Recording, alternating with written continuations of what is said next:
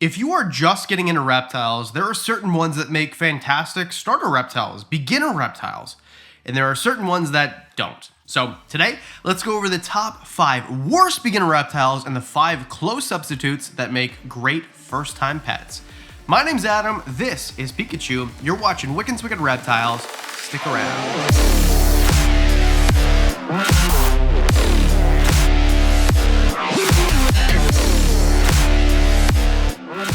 So to be clear, the whole concept of beginner reptiles, oh, you should get a leopard gecko or a corn snake or a ball python. If you're not interested in these reptiles, don't get them. There's no such thing as, oh, you have to get a ball python before you get a Burmese python. Like, that's not a thing. But there are certain reptiles that if you have no experience with these type of animals, probably aren't gonna go well for you. So today, let's go over those.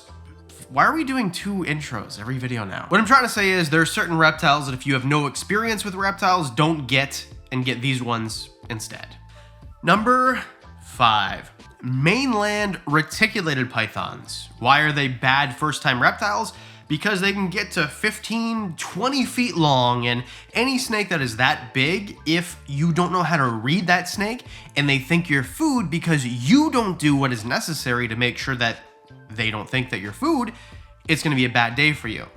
Or your last day. Now, the chances of you ever getting killed by a snake are next to 0, so let's just clear that up right away. But if you get bit by a snake that's 12 or 15 feet long, it's gonna be rough. And reticulated pythons, their teeth they're really rough in comparison to a lot of other types of snakes. Reticulated pythons have an insane food drive. This just means that they think everything is food until you tell them that it's not. So if you pull a tub out or if you open up an enclosure, they might think that it is going to be food that's coming towards them, which means they're going to bite the first thing that has a heat signature. So instead, there are ways to get around this. Now, I was really lucky last week to get to go down to Pittsburgh, meet Garrett Hartle, and hang out with his team at Reach Out Reptiles, and it was an eye-opening experience. So here's what I would recommend. Instead of getting a reticulated python, a mainland reticulated python, get a super dwarf reticulated python.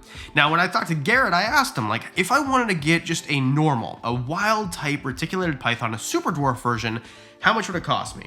He said $350 US, which realistically, if you want a reptile, that's not that much money up front, because if you got a regular reticulated python, just a mainland that might get to 20 feet, sure, it'll cost you 60, 70, $100, but the enclosure that you're going to need is going to cost you thousands. A super dwarf can be in an enclosure much, much smaller. Now, don't go minimum size requirement, I would never recommend that, but they won't need an enclosure nearly as big as a 20-foot snake, because these snakes might get 8 or 10 feet, or even smaller, males as small as 6 feet. This python right here is about 5 feet. This is a pretty big male python, an albino ball python, which is a great starter animal, by the way, if you're interested. But the difference is the reticulated pythons that I got to handle last week were all, sure, maybe a little bit longer, 6.5 or 7 feet, but they were much skinnier. And this is normal. This is what they are. Reticulated pythons are athletes. They're lean,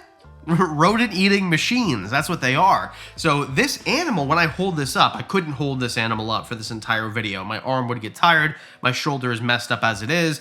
It'd be a bad time. A reticulated python will probably weigh half or maybe 30% of what this animal weighs, although they are going to be much longer, or at least a little bit longer in the case of males. So if you are absolutely dead set on a reticulated python, because I don't think that reticulated pythons, mainland or super dwarf, are a great beginner level species, although I would say if you do your research, anything within reason could be a beginner reptile. Get what you want, not what people tell you to get. Don't let some bald guy behind a camera in his basement tell you what to do. Do what you want to do, but at the same time, do your research first. Where did I start this? What was I trying to say here? What I'm trying to say is basically, if you want a really big snake in a super dwarf form, reticulated pythons are the best option. And if you learn how to read snakes from watching videos like mine or Garrett Hartle's, or there's so many great channels out there, you're going to be able to take care of a super dwarf relatively easily if you give it the space and respect that it deserves. This is 3. 4. Sulcata tortoises. Sulcata tortoises are one of the larger species. It's the third largest species in the entire world in terms of tortoises. They get to hundreds of pounds, 100-pound plus all the time. And if you go into the south, a lot of the places have them running around like dogs. Like if you go to Arizona, a lot of people have them. But if you're in somewhere like Maine, Connecticut, Oregon, Canada, the UK, you can't really have these outside, which makes them a challenge because they're so big. So instead of getting the third biggest tortoise in the world, why don't you get something more manageable? Get yourself a cherryhead tortoise, or a redfoot tortoise, or even like a Hermann's tortoise or a Greek tortoise. There's so many great options that are much smaller. You could even go with a box turtle if you want something that will eat protein, because although cherryheads, redfoots, yellowfoots, they're all in the same family, those guys will eat a little bit of protein. Box turtles kind of act like tortoises in that they're not aquatic turtles, but they're turtles because they eat protein. But my recommendation, if you want something that is absolutely amazing, something that can live outside during the summer months but doesn't take up too much room during the winter months inside your house, I would say cherryheads, because they're my favorite. But redfoots or yellowfoots, they're all kind of the same sort of deal, just simply because sorry, there's a giant snake making crazy movements over here because I just sprayed it and he's having a good time. Are you having a good time, Kratos? Anyway, what I'm trying to say is that redfoot tortoises are maybe the perfect balance of beautiful, easy to care for, depending on where you live. I live in the southern Ontario region of Ontario, Canada. It's really humid here during the summer, so I can keep mine outside. Today is about, what is it? It's 15 degrees Celsius. So what's that, like 60 or 55 degrees Fahrenheit, so it's too cold.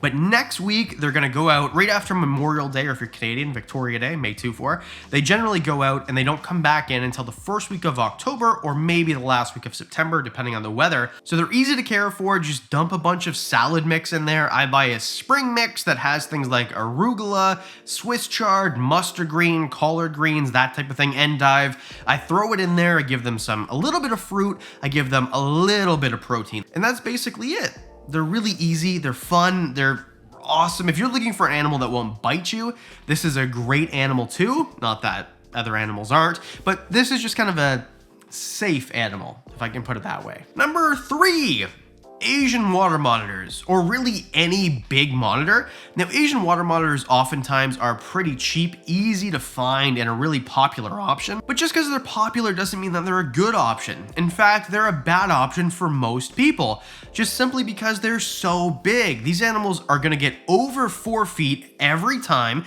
sometimes as big as 5 or 6 feet, depending on if you get a male or female. They need a giant receptacle for water. They need a lot of temperature requirements and humidity requirements, in that they need high temperatures and high humidity. And just overall, this is maybe one of the worst starter reptiles you could ever get. Instead, if you are dead set on getting a monitor species, but you want to keep the cost down, something that's not going to cost you an arm and a leg, get yourself an Ackie monitor. Now, they're going to need high temperatures. We're talking about basking spots, 120 degrees Fahrenheit plus, but they're going to be small. They're going to be 28 inches, something like that. They need an enclosure that's maybe 5 or 6 feet long in comparison to an enclosure that's 8, 10, 12, 16, 24 feet long, or even bigger. For something like an Asian water monitor, they don't need a giant water receptacle, which is a giant plus, and feeding them is easy. Do you have a dubia roach or a cricket colony? You're A-okay. Supplement it correctly, of course. Oh, do you want to see a Ackie care guide? We haven't done one. Hit the thumbs up and let me know in the comment section. We can do one for you for sure.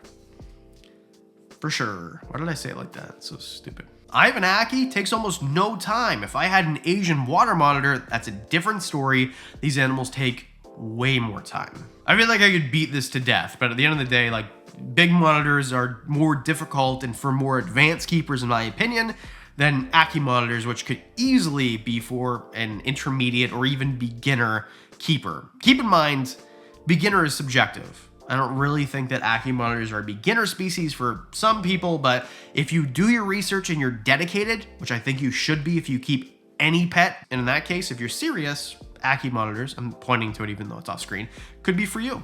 Number 2, chameleons, especially panther chameleons.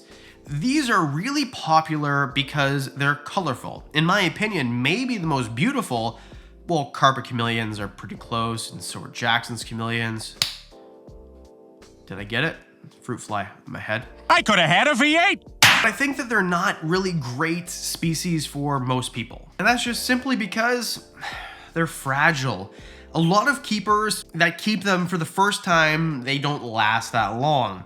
Now, if you watch a lot of different channels, I don't know, Frank Payne, this is more a carpet chameleon guy, or a Neptune the Chameleon, or there's a bunch of different channels that'll tell you how to take care of chameleons properly. But if you don't, and if you're really not dedicated, and if you want an easy pet, carpet chameleons, panther chameleons, Jackson veiled, whatever, are terrible pets.